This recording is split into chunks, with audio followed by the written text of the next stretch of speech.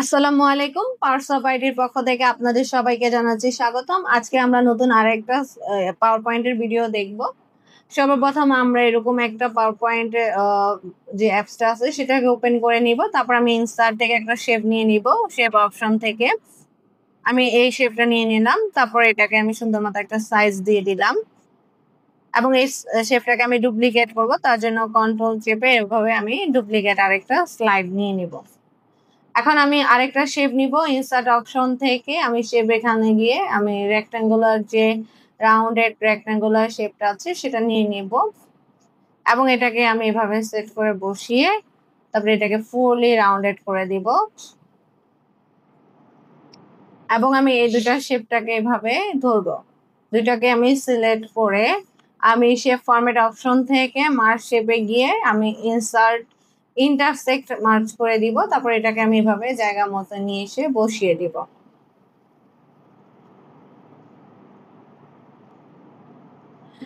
এখন আমি শেপ আরেকটা নিব। তার জন্য ইনসার্ট অপশনে গিয়ে শেপ অপশনে গিয়ে ট্রায়াঙ্গেল যে শেপটা আছে সেটা আমি এভাবে নিয়ে নিব।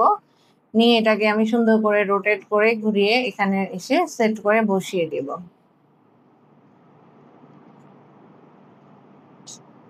এবং এই দুইটা কালারকে আমি আলাদা করে দিব। তার জন্য আমি এটাকে সিলেক্ট করব ফিল কালার অপশন থেকে আমি এটার কালারটা চেঞ্জ করে দিব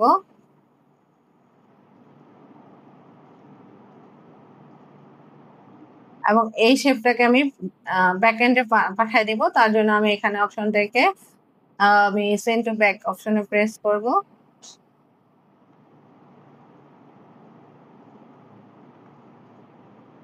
এবং এটার আউটলাইন যে কালারটা আছে সেটাকে আমি নো আউটলাইন করে দিব।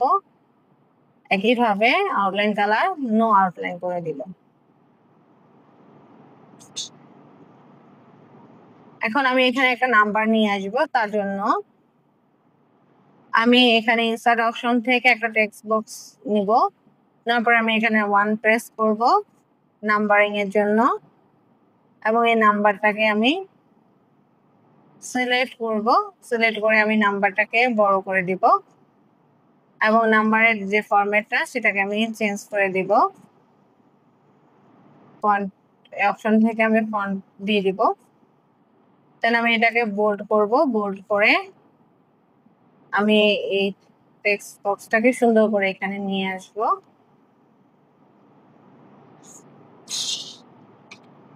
আমি এখানে একটা সাইজ দিয়ে দিলাম এবং এই ফন্টের কালারটাও আমি কিন্তু এই কালারে দিয়ে দিব। তার জন্য শেপ ফরম্যাট থেকে কালার অপশনে গিয়ে আমি কালার সিলেক্ট করে নিব।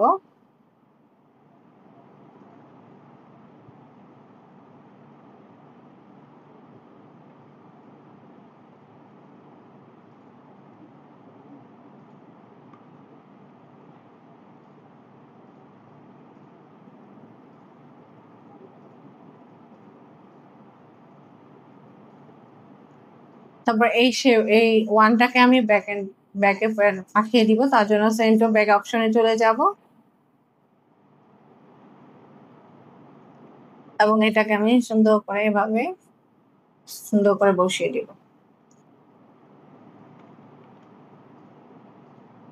এটা সাইজ আমার কাছে একটু ছোট মনে হচ্ছে, সেজন্য আমি সাইজটাকে আরেকটু বাড়িয়ে দিব। তারপর আমার কাছে মনে হচ্ছে সাইজটা ছোট শেপ অনুযায়ী, সেজন্য আমি এটাকে আরেকটু বড় করে দিচ্ছি।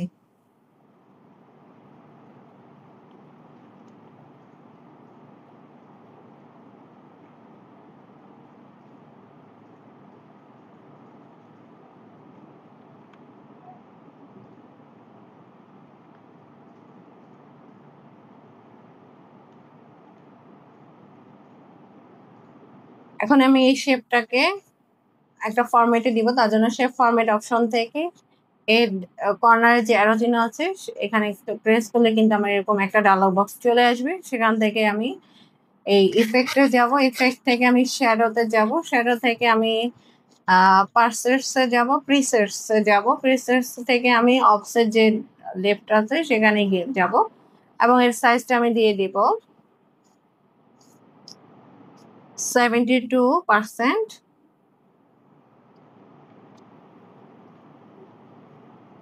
লার এখানে আমি দিব 25 এবং ডিস্টেন্সে গিয়ে দিব হচ্ছে 24।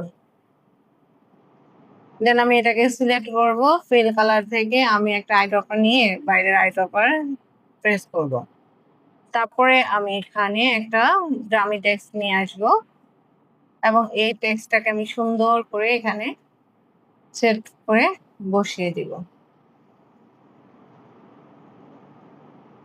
পুরো শেপটাকে আমি এভাবে সিলেক্ট করে নিব। সিলেক্ট করার পর কন্ট্রোল জি দিয়ে গ্রুপ করে নিব। গ্রুপ করার পরে আমি এটাকে 4টা ভাগে বিভক্ত করে দেব।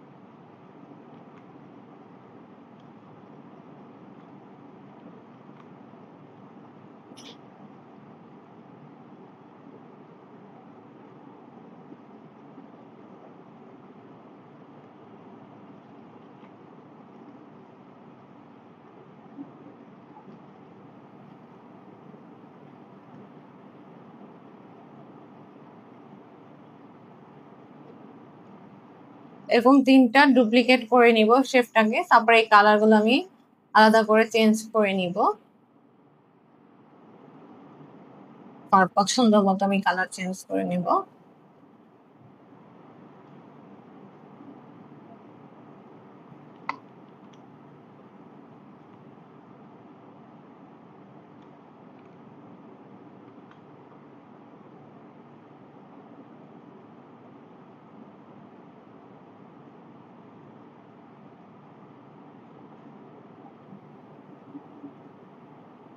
তারপরে এই শেপটাকে আমি আলাদা একটা শেপের ফরম্যাট করে নিব।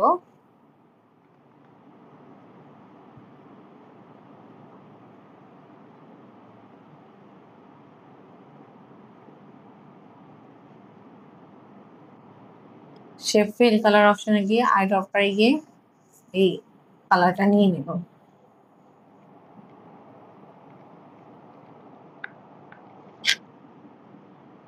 তারপরে আমি পুরোটাকে সিলেক্ট করব। পুরোটাকে সিলেক্ট করার পরে আমি এটাকে কন্ট্রোল জি দিয়ে গ্রুপ করব এবং এখানে গিয়ে স্লাইডটাকে ডুপ্লিকেট করব। রাইট বাটন ক্লিক করে ডুপ্লিকেট স্লাইড অপশন থেকে স্লাইডটাকে ডুপ্লিকেট করব এবং এই গ্রুপটাকে আমি আনগ্রুপ করে দিব। রাইট বাটন ক্লিক করে গ্রুপ অপশন থেকে আনগ্রুপ করে দিয়েছি। তারপরে এই পুরো অংশটাকে আমি আবার সিলেক্ট করব। সিলেক্ট করে আমি এখান থেকে আমি ট্রানজিশনটা তৈরি করব। তা মোর ট্রানজিশনটা দিব। সরি, তার আগে আমি এখানে যাব। যাওয়ার পর পুরোটাকে সিলেক্ট করব। সিলেক্ট করার পরে আমি এখান থেকে শেপ ফরম্যাট অপশন থেকে অ্যালাইনমেন্ট অপশন থেকে অ্যালাইন সেন্টার করে দিব। তারপর এটাকে আমি এভাবে বাইরে রেখে দিব। তারপর প্রথম ট্রানজিশন যাব, ট্রানজিশন অফ মোর প্রথম স্লাইড থেকে, এবং এটাকে আমি অ্যাপ্লাই অল করে দিব। তারপরে আমি স্লাইডার শো অপশন থেকে ফ্রম বিগিনিং স্লাইডার করব। তারপরে এভাবে প্রেস করব।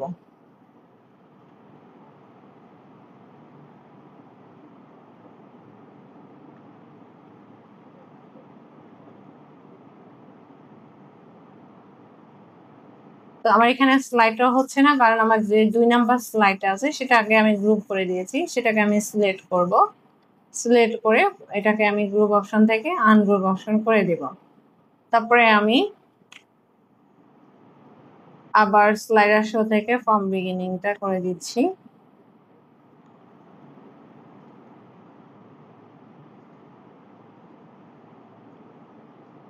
এই যে সুন্দর আমার একটা পাওয়ার পয়েন্ট প্রেজেন্টেশন তৈরি হয়ে গেল।